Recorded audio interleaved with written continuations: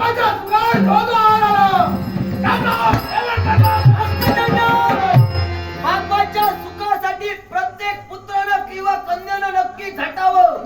स्वाभिमान वाटतोय तुझा, पण बापाच्या सुखासाठी झटत असताना आपला बाप आधी काय करतोय हे डोळे उघडून पहा.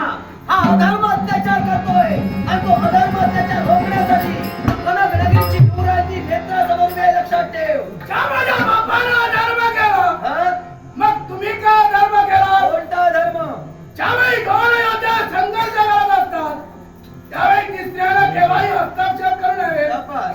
युद्ध झालं त्याला मागावून माग का मारिला? याच्या शिकार आहे. काय? कारण जसे युद्धाचे नियम फक्त तू माहित आहे तुला, तसे युद्धाचे काही कुठ नियम आहे. अरे त्यातीलच एक कपटेन शत्रू वधावा.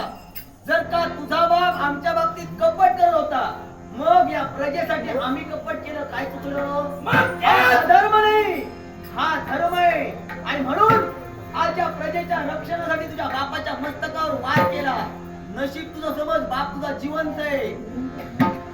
इथंच कपट करून स्वतःहून संघार ओढून घेतात. तर माझा जन्म झालाय आणि ज्यावेळी जन्माला मी आलो त्यावेळी मृत्यूच्या अरे जन्म आणि मृत्यू यामधील अंतर म्हणजे माणसाचं आयुष्य होय. हे माणसाचं आयुष्य कसं रेखाटावं परमेश्वराने ज्याच्या त्याच्या हाती दिलंय, ते तुझं आयुष्य सुंदर रेखाटावं ही माझी प्रामाणिक इच्छा आहे. म्हणून सांगते, जा अधर्म करू नको. तुझा रास्ता आहे. जीवन आणि मृत्यू यांच्या